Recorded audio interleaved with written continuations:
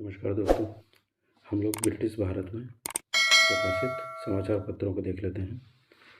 तो सबसे पहला समाचार पत्र था बंगाल गजट। ये अंग्रेजी भाषा में प्रकाशित हुआ 1780 में कलकत्ता में। जेम्स ऑगस्टस हिक्की के द्वारा इसको प्रकाशित किया गया था।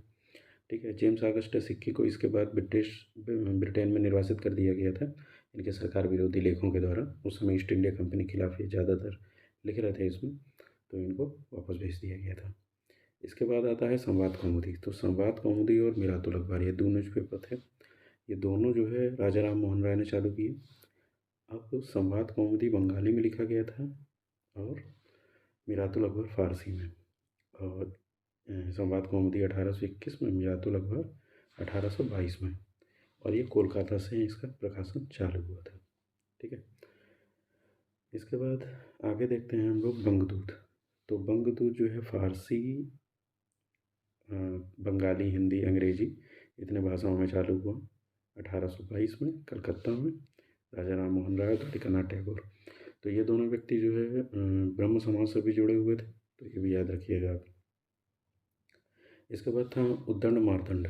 उद्दंड मार्तंड जो था ये प्रथम जो है हिंदी भाषा में प्रकाशित समाचार पत्र था। ये साप्ताहिक प्रकाशित होता था, हिंदी भाषा में था। 1826 में इसका प्रकाशन हुआ, सन याद रखिएगा, कलकत्ता में। और इसको जुगल किशोर ने किया था। तो जुगल किशोर जो थे वो संभवतः कानपुर के थे, कानपुर के ही थे। और ये बनारस रहते थे, कलकत्ता रहते थे। तो वहाँ से इन्होंने ये समाचार पत्र प्रकाशित किया था। इसके बाद अमृत बाजार पत्रिका। तो अमृत बाजार पत्रिका ये 1868 में प्रकाशित हुई। ठीक है। कलकत्ता से हुई और मोतीलाल घोष और शिशिर कुमार घोष ने इसका प्रकाशन किया था। लेकिन जो ये प्रकाशित हुई जब ये, तो ये 1878 में अंग्रेजी भाषा में इसका प्रकाशन होने लगा था। बाद में बांग्ला से ये अंग्रेजी में परिवर्तित हो गई थी। और ऐसा इसलिए हुआ था क्योंकि उस समय 1878 में ही 1878 में एक आया था वर्नाकुलर प्रेस एक्ट। वर्नाकुलर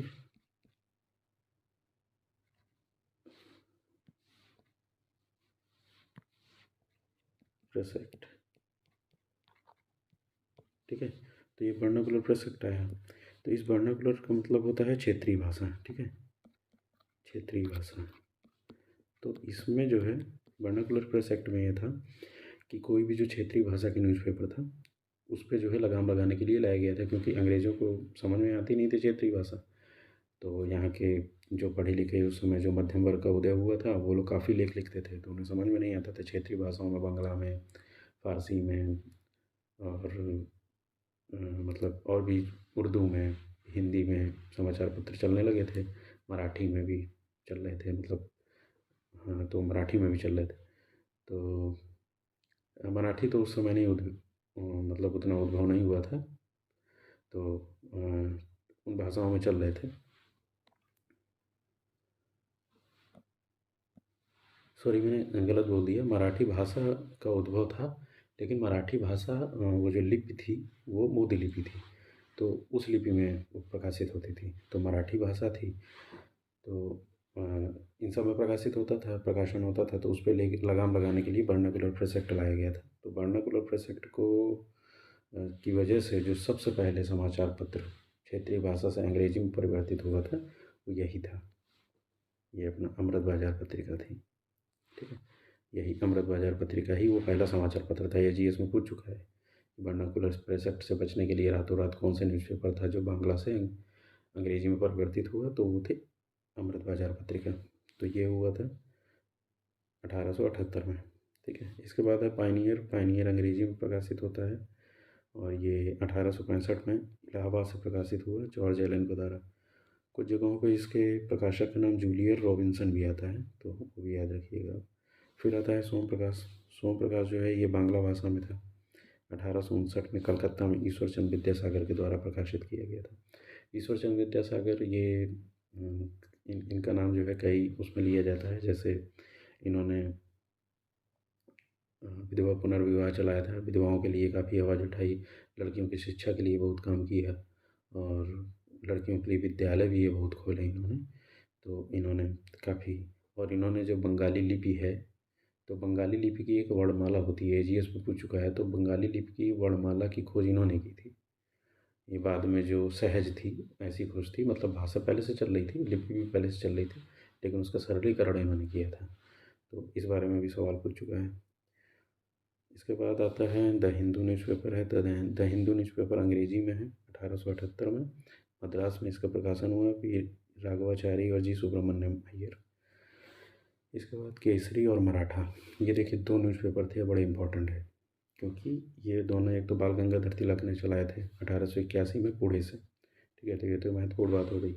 इसमें जो सबसे महत्वपूर्ण है वो ये है कि केसरी जो था वो मराठी में था, और मराठा जो है वो अंग्रेजी में था। ये आप याद रखिएगा। केसरी जो था, फिर से कर देता हूँ, केसरी जो था वो मराठी में था और मराठा अंग्रेजी में था। तो ये पॉइंट आप याद रखिएगा। इसके बाद राष्ट्र गुफ्तार, तो राष्ट्र गुफ्तार काफ़ी बार एग्जाम में पूछ चुका है। ये दादा भाई नौरोजी का न्यूज़पेपर है और 1851 में चालू हुआ था बम्बई से। कई जगह 1854 भी मिलता है कि 1854 में शामिल हुआ था, सन याद रहे ना रहे, लेकिन दादा भाई नौरोजी ने गुजराती भाषा में इसको संचालित किया था, तो ये ज़रूर याद रखिएगा। फिर था नेटिव ओपिनियन। नेटिव ओपिनियन अंग्रेजी में था 1864 में, बम्बई से इसका प्रकाशन हुआ एनवी मांडलिक के द्वारा। फिर था बंगाली। बंगाली का प्रकाशन अंग्रेजी में हो रहा है 1879 में, कलकत्ता से सुरेंद्रनाथ बनर्जी के द्वारा।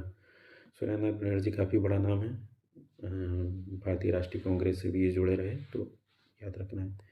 दर्पण, दर्पण जो है मराठी में प्रकाशित हुआ 1832 में, तो ये काफ़ी पुराना पेपर था, बम्बई से ही। बाल शास्त्री, और प्रथम मराठी समाचार पत्र, तो देखिए संभवतः प्रथम मराठी समाचार पत्र था ये, 1832 में इसका प्रकाशन हुआ था, तो पुराना था काफ़ी। फिर ये कॉमनवेल हो गया। कॉमनवेल अंग्रेजी में एनी बेसेंट के द्वारा 1814 में। तो एनी बेसेंट बड़ा नाम है। एनी बेसेंट जो है ये होम रूल से जुड़ी थी, होम रूल से, ठीक है। तो इतना आप लोग याद रखिएगा। होम रूल आंदोलन से इन्होंने तिलक के साथ चालू किया था।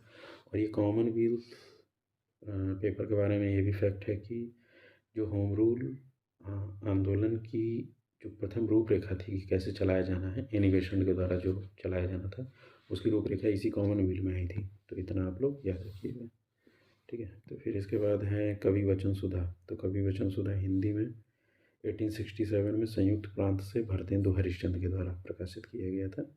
फिर हरिश्चंद्र मैगजीन, ये भी हिंदी में 1872-73 में संयुक्त प्रांत से भारतेंदु हरिश्चंद्र के द्वारा। फिर हिंदुस्तान स्टैंडर्ड, ये अंग्रेजी में था, ठीक है। हिंदुस्तान स्टैंडर्ड अंग्रेजी में था 1899 में, ये दिल्ली में प्रकाशित हुआ सच्चिदानंद सिन्हा के द्वारा। तो ये सच्चिदानंद सिन्हा वही व्यक्ति हैं जो 1946 में, जब पहली बार संविधान सभा का गठन होगा 9 दिसंबर 1946 को, जब उसकी पहली बैठक होगी, तब ये सच्चिदानंद सिन्हा ही थे जो जो है वो बैठक में भाग लिए थे। तो सच्चिदानंद सिन्हा के बारे में है, ये प्रथम अध्यक्ष थे संविधान सभा के, क्योंकि उस समय ये था कि सबसे बुजुर्ग व्यक्ति को करना था इन्हें। तो ये देखिए, ये तब जो है इन्होंने 1899 में न्यूज़पेपर ही चालू किया था, तो ये प्रथम अध्यक्ष थे संविधान सभा के, इन्होंने हिंदुस्तान स्टैंडर्ड समाचार पत्र की। फिर इसके बाद हिंदी प्रदीप, ये हिंदी में था 1877 से, बालकृष्ण भट्ट नाम के व्यक्ति ने किया था, संयुक्त प्रांत वही उत्तर प्रदेश। फिर था यंग इंडिया। यंग इंडिया अंग्रेजी में था 1919 में, अहमदाबाद से महात्मा गांधी, 1919 में महात्मा गांधी ने यंग इंडिया का प्रकाशन किया था। तो ये यंग इंडिया ये समाचार पत्र था। अब एक और फैक्ट मैं बता देता हूँ कि यंग इंडिया एक थे लाला लाजपत राय। लाला लाजपत राय, इन्होंने यंग इंडिया बुक लिखी थी, यंग इंडिया बुक, ठीक है। तो जो बुक का नाम है वो लाला लाजपत राय के नाम पे होगा, और जो समाचार पत्र है वो महात्मा गांधी के नाम पे होगा, ठीक है। तो समाचार पत्र जो है यंग इंडिया वो महात्मा गांधी, और अगर बुक पूछेगा तो लाला लाजपत राय। फिर इसके बाद नवजीवन, ये हिंदी गुजराती में थी, अहमदाबाद से 1919 में महात्मा गांधी के द्वारा। फिर ये हरिजन हरिजन पत्रिका इन्होंने चलाई, पत्रिका मतलब न्यूज़पेपर, हिंदी, अंग्रेजी, गुजराती में 1933 से महात्मा गांधी के द्वारा। तो इस पत्रिका को चलाने के पीछे इसका सन ऐसे भी याद रखा जा सकता है कि 1932 में सांप्रदायिक पंचायत आया था, जो अंग्रेज ब्रिटेन के प्रधानमंत्री थे मैकडोनाल्ड, उन्होंने लाया था। तो गोलमेज सम्मेलन के बाद, हाँ गोलमेज सम्मेलन के बाद वो लाए थे। तो उन्होंने लाया और उन्होंने ये घोषणा कर दी थी कि दलित वर्ग को हिंदू वर्ग से अलग किया जाएगा और उन्हें आरक्षण प्रदान किया जाएगा। इस तरह की अलगाववादी नीतियों को मतलब आगे बढ़ाते हुए जो पहले से चली आ रही थी, तो उसके खिलाफ फिर जो है पूना पैक्ट आया और ये सब हुआ। तो गांधी जी ने के प्रयासों से ही वो पूना पैक्ट हुआ और जो दूसरे लोग थे उनके प्रयासों से पूना पैक्ट हुआ। उसके बाद हरिजन उत्थान में लग गए थे गांधी जी। उन्होंने हरिजन आंदोलन चला दिया था, एक संगठन का भी गठन किया था, हरिजन शब्द भी गांधी जी ने दिया। फिर हरिजन मतलब विष्णु से जोड़ते हुए, और इसके बाद हरिजन पत्रिका प्रकाशित करवाई थी। तो ये हरिजन पत्रिका आप याद रखिएगा, सविनय अवज्ञा आंदोलन के बाद सांप्रदायिक पंचायत उस क्रम में, और फिर हरिजन। तो हरिजन पत्रिका 1933 के बाद 1933 आप लगा दीजिएगा, ऐसा थोड़ा याद रहेगा सन, कई बार भूल जाता है। तो द इंडिपेंडेंट अंग्रेजी में था 1919 में, इलाहाबाद से मोतीलाल नेहरू के द्वारा। ठीक है, इसके बाद ये मोतीलाल नेहरू, इनको दो संगठन के लिए याद किया जाता है मोतीलाल नेहरू को। एक तो इनका था, मैं लिख देता हूँ, एक था स्वराज दल की स्थापना 1923 में। हाँ स्वराज दल 1923, और एक था नेहरू रिपोर्ट, ये आई थी 1928 में। तो ये दो इनके बारे में जो सबसे ज़्यादा इम्पोर्टेंट है, जो क्वेश्चन बहुत पूछता है, इन दो चीज़ों के लिए इन्हें याद किया जाता है। स्वराज दल की ये सचिव थे, चित्तरंजन दास के साथ इन्होंने मिलकर स्थापना किया था। तो चित्तरंजन दास उसके अध्यक्ष बने थे और ये उसके सचिव बने थे। और नेहरू रिपोर्ट, तो नेहरू रिपोर्ट बनाने के लिए जो समिति बनाई गई थी, ठीक है, नेहरू रिपोर्ट बनाने के लिए, नेहरू रिपोर्ट संभवतः प्रथम संविधान बनाने का प्रथम प्रयास था। तो नेहरू रिपोर्ट जो बनाई गई, उस रिपोर्ट को बनाने के लिए जो समिति बनी थी, उस समिति के अध्यक्ष थे ये मोतीलाल नेहरू। उसमें जवाहरलाल नेहरू भी थे, लेकिन मोतीलाल नेहरू चूँकि अध्यक्ष थे, तो मोतीलाल नेहरू के नाम पर नेहरू रिपोर्ट था। तो मोतीलाल नेहरू हो गया द इंडिपेंडेंट के। फिर हिंदुस्तान टाइम्स, ये अंग्रेजी में था 1924 में, दिल्ली में, कुछ स्रोतों में बम्बई भी है, और के.एम. पडिक्कर के द्वारा इसकी स्थापना हुई थी। नेशनल हेराल्ड ये अंग्रेजी में प्रकाशित हुआ 1938 में। इसका मुख्यालय पहले लखनऊ था, फिर दिल्ली हो गया था, ऐसा है इसमें, पहले लखनऊ था फिर दिल्ली हो गया था जवाहरलाल नेहरू के द्वारा। और नेशनल हेराल्ड को याद रखिएगा, इसके सारे फैक्ट। 1938 में जवाहरलाल नेहरू के द्वारा दिल्ली में इसका हेडक्वार्टर बना, बाद में मूलतः हेडक्वार्टर लखनऊ में बना और अंग्रेजी में प्रकाशित। क्योंकि ये सब याद रखिएगा, क्योंकि नेशनल हेराल्ड जो है वो करंट में चर्चा में था।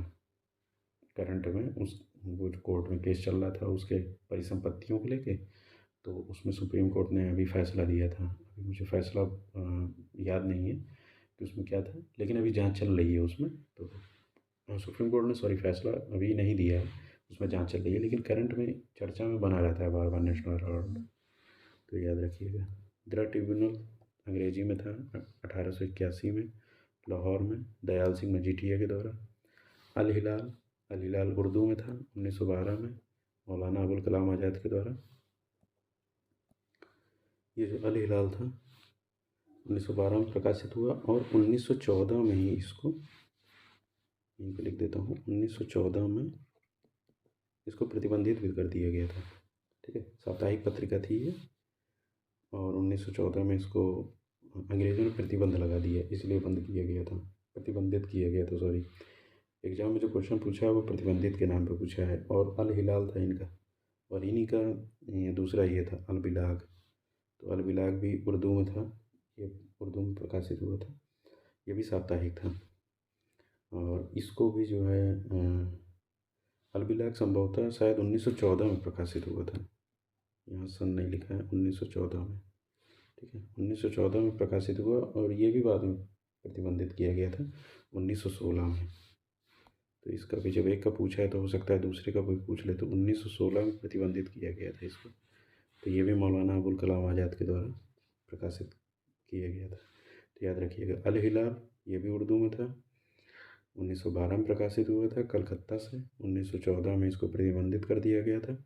और ये भी कहा जाता है कि अच्छा इसमें नहीं, हाँ, अलबिलाग में इनको निर्वासित कर दिया गया था। तो अलबिलाग है, उर्दू है, 1914 में इसका प्रकाशन हुआ था, 1916 में प्रतिबंधित किया गया। तो चूँकि अल हिलाल भी पहले इनका प्रतिबंधित हो चुका था, फिर अलबिलाग भी प्रतिबंधित हुआ और इनको जो है कलकत्ता से यानी कि बंगाल से ही निर्वासित करके दूसरी जगह भेज दिया गया था, बिहार भेज दिया गया था बंगाल से निर्वासित करके। तो ये इनके बारे में इम्पोर्टेंट फैक्ट है।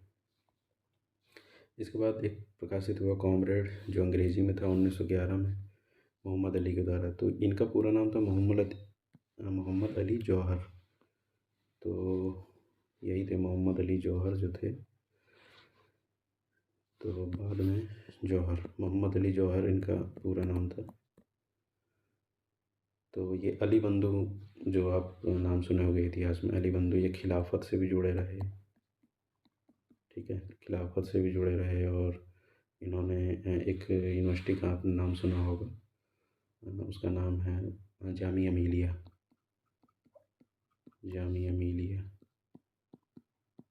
तो जामिया मिलिया जो है इन्हीं के द्वारा शुरू की गई थी। इनके भाई का नाम था शौकत अली। ठीक है, वो नाम भी याद रखिएगा, शौकत अली। तो शौकत अली और मोहम्मद अली ये दो भाई थे।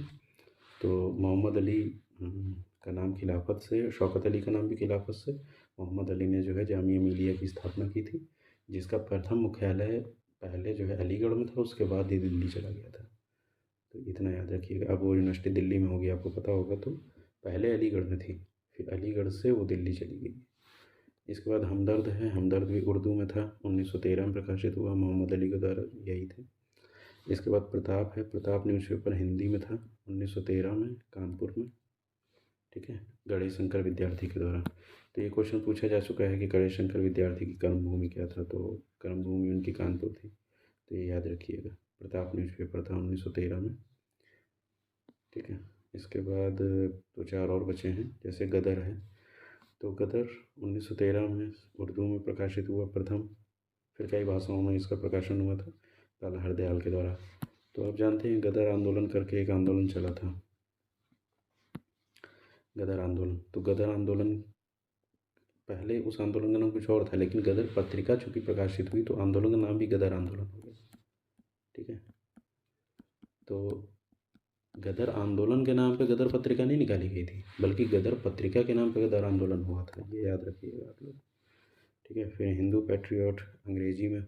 हाँ, अब ये गदर के बारे में सॉरी, मैं आगे का फैक्ट है, पंजाबी में फिर बाद में इसका प्रकाशन हुआ, और भी भाषाओं में हुआ, पंजाबी में, अंग्रेजी में, San Francisco Kartar Singh. Hindu Patriot, इसके लेखक, ये अंग्रेजी में हुआ, 1853 में, काफ़ी पुरानी थी पत्रिका। हरिश्चंद्र मुखर्जी और गिरीश चंद्र घोष के द्वारा इसका प्रकाशन हुआ था। द इंडियन सोशियोलॉजिस्ट, ये अंग्रेजी में, और ये 1905 से 1914, फिर 1920 से 1922। और जैसे जैसे श्याम जी वर्मा जहाँ जहाँ जाते गए वहाँ वहाँ इसका प्रकाशन हुआ, जैसे पहले लंदन में, फिर पेरिस में, फिर जिनेवा में। असल में ऐसा क्या था कि श्याम जी कृष्ण वर्मा ने इंडिया हाउस की स्थापना की थी, इंडिया हाउस की। ठीक है, तो इंडिया हाउस की स्थापना 1905 में की थी इन्होंने। और इसलिए की थी क्योंकि अंग्रेज़ जब मतलब भारतीय जब ब्रिटेन में जाते थे, ब्रिटेन पढ़ने के लिए जाते थे, तो उन्हें काफ़ी नस्लवाद का सामना करना पड़ता था, तो रुकने में बड़ी समस्या आती थी। तो इंडिया हाउस की स्थापना की गई थी। ठीक है, 1905 में की गई। इस इंडिया हाउस से काफ़ी लोग जुड़े रहे, जैसे मैडम भीमा जी कामा भी जुड़ी थी। ये अपना वीर सावरकर भी उससे जुड़े हुए थे। वीर सावरकर को जब निर्वासित किया गया था तो इंडिया हाउस में ही उनका काफ़ी आना जाना था। आंदोलन को बाद में इन्होंने चलाया भी था, जब क्या श्याम जी कृष्ण वर्मा को इंग्लैंड से निष्कासित करके पेरिस भेज दिया गया था। तो श्याम जी कृष्ण वर्मा पहले भारत से मतलब इंग्लैंड गए, इंग्लैंड से फिर पेरिस गए, लंदन, हाँ पेरिस, हाँ पेरिस गए, फिर जेनेवा गए। तो ऐसे ऐसे वो जो घूमते रहे, उसी तरह से इंडियन सोशियोलॉजिस्ट का भी घूमना अपना होता रहा, अलग अलग जगहों पे प्रकाशित हुआ। तो इस वजह से ऐसे लिखा हुआ है डैश करके। तो इसको आप याद रखिएगा। इंडिया हाउस याद रखिएगा, क्योंकि इस साल ये भी करंट में चर्चा में था। इंडिया हाउस को जो है वहाँ वहाँ नीलाम कर दिया गया है इस साल इंडिया हाउस को नीलाम कर दिया गया है। और उसको बचाने की काफ़ी कोशिशें की गई, उसको जो है वो बना दिया जाए, संग्रहालय बना दिया जाए, ये सब। लेकिन वो अपना जो मालिकों की थी मजबूरी थी, तो उन्हें बेचना पड़ा। तो भारत मित्र हिंदी में प्रकाशित हुआ 1878 में, कलकत्ता में, बाल मुकुंद गुप्ता और अंबिका प्रसाद वाजपेयी के द्वारा। तो भारत मित्र भी याद रखिएगा। इंडिया हाउस भी याद रखिएगा, क्योंकि करंट में चर्चा में था। 1905 में इसकी स्थापना हुई थी, श्याम जी कृष्ण वर्मा ने की थी। श्याम जी कृष्ण वर्मा ने इंडियन सोशियोलॉजिस्ट पेपर चलाया था, जो अंग्रेजी में था। तो इस वजह से इस तरह से आप इतना है, इतना याद रखेंगे, इतना न्यूज़पेपर के बारे में। इसमें काफ़ी याद रहेगा आपको, तो एग्ज़ाम में आप अच्छे से सवालों को कर ले जाएंगे।